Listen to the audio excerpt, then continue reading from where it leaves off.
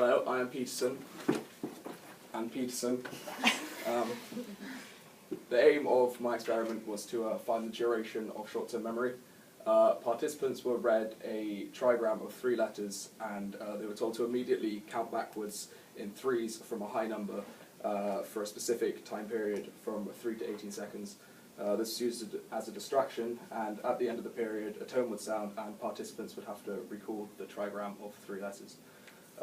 The results were approximately 90% of the trigrams were recalled after a 3-second interval, and only 10% were recalled after 18 seconds, and letters had to be remembered in the exact sequence that they were called in.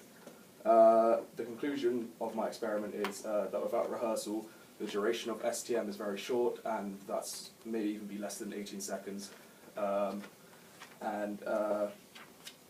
It was shown that participants were confused later trigrams with earlier ones, and this could potentially have happened because they experimentees remembered past letters that they had like a link to in their long-term memory, and that's why they got them mixed up with or earlier letters. Okay, Peterson. Yeah. Doesn't your study only consider the duration of short-term memory for only one stimuli?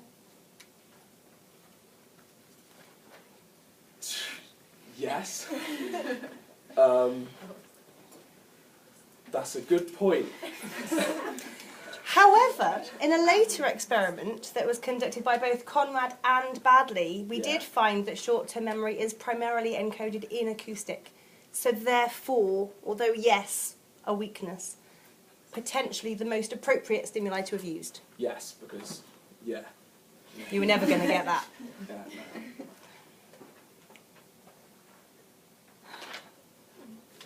no. We need at least one more.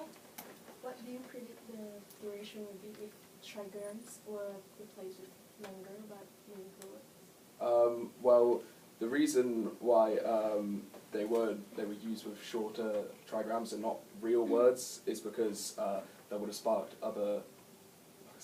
That would have sparked maybe long-term memory for certain words that they may have used or remembered in the past, and that wouldn't have been measuring short-term memory. That would have been measuring long-term memory. Yeah. So I understand you did the cognitive task to prevent rehearsal, but could it have provided unrealistic results or just affected the scores? Wait, can you repeat your question?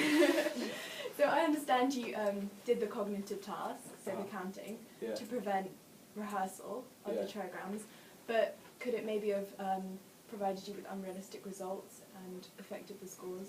Well, if it was done otherwise, then that possibly would have created more unrealistic results anyway, so it was probably better to use that instead. Yeah, because we were trying to test short-term memory without rehearsal. Very good.